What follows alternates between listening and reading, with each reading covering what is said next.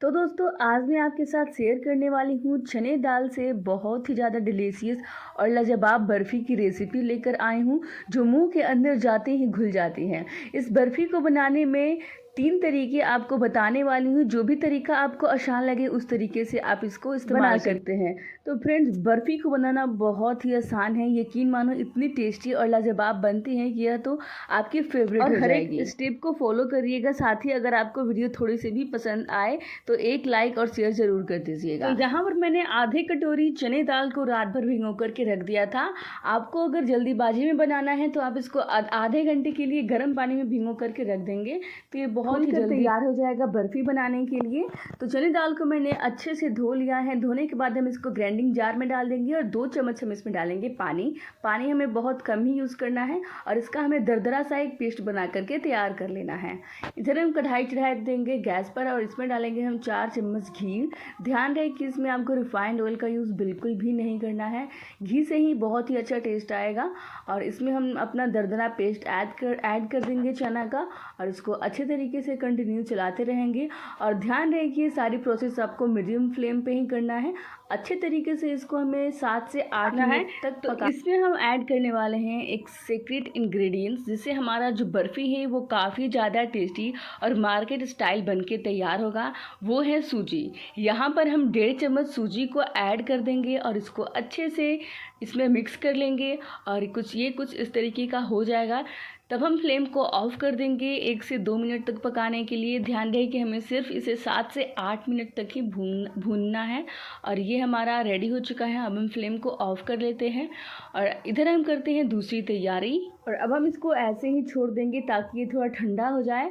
तो friends video को last तक देखिएगा और वीडियो आपको थोड़ा सा भी पसंद आई हो तो एक लाइक ज़रूर कर दीजिएगा।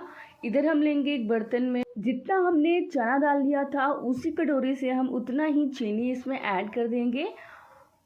और यहाँ पर हमने जिस कटोरी से चीनी लिया था उससे हमें आधा कटोरी जो है पानी ऐड करना है, यानी कि चीनी के आधा हमें पानी लेना है और इसको 2 से 3 मिनट के लिए अच्छे से उबाल लेना है। इसमें हम फ्लेवर के लिए ऐड कर देंगे 2 क्रस्ट की हुई इलायची। आप चाहें तो इलायची अगर नहीं खाते हैं तो इसे स्किप भी कर सकते हैं। साथ ही इसमें डालेंगे हम इसमें फूड कलर, जिससे जो हमारे बर्फ़ी का टेक्सचर और वो कलर होता है जो इसमें अच्छा सा एक शाइनिंग आ जाएगा। अब हम फ्लेम को ऑफ़ कर देते हैं। चाशनी हमारी रेडी हो चुकी है। अब हम इसको अपने इस हलवे में डाल देंगे और डाल करके इसको अच्छे से चला लेंगे और इसको अच्छे से मिक्स कर लेंगे और 4 से 5 मिनट तक फिर से हम इसको पकाएंगे जब तक ये जो हमारा चाशनी को अब्जॉर्ब ना कर ले। और ये देखिए कढ़ाई अच्छे से छोड़ दिया है। अब हम फ्लेम को ऑफ़ करते हैं और एक ग्रीस की हुई थाली में हम इसको डाल देंगे और इसको अच्छे तरीके से फैला लेंगे। तो फ्रेंड्स ये बड़े और बच्चों सबको बहुत पसंद आएगा। आप लोग भी इसे एक बार ज़रूर ट्राई करिएगा और कमेंट में बताइएगा कि आपको ये रेसिपी कैसी लगी। तो इसको किसी भी एक स्पैचुला के हेल्प से फैला लेंगे चारों तरफ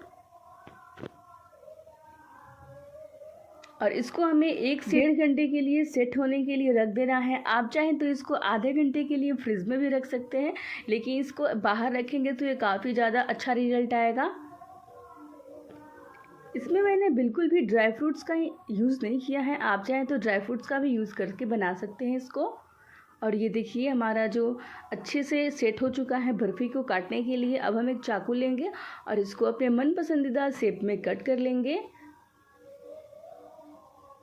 आप इसे जिस तरीके से चाहें कट करना वैसे आप कर सकते हैं। आप चाहें तो इसका लड्डू भी बना करके तैयार कर सकते हैं। इसमें हमने ना ही मावा और ना ही दूध का यूज़ किया है। तब भी आप इसे एक बार ज़रूर बना करके ट्राई करिएगा। ये काफ़ी ज़्यादा टेस्टी लगेगा। मार्केट से कई ज़्यादा ये बहुत ही अच्छा बन के तैयार हुआ है। तो फ्रेंड्स वीडियो में अगर आपको कुछ भी पसंद आई हो तो एक लाइक ज़रूर कर दीजिएगा और अपने फ्रेंड्स एंड फैमिली के साथ शेयर करना ना भूलिएगा। और ऐसी मज़ेदार रेसिपीज़ के लिए चैनल को सब्सक्राइब कर लीजिएगा। बेल आइकन को प्रेस करना ना भूलिएगा ताकि आने वाले लेटेस्ट वीडियो का नोटिफिकेशन सबसे पहले आपके पास जाए। तब तक के लिए bye bye. Thanks for watching.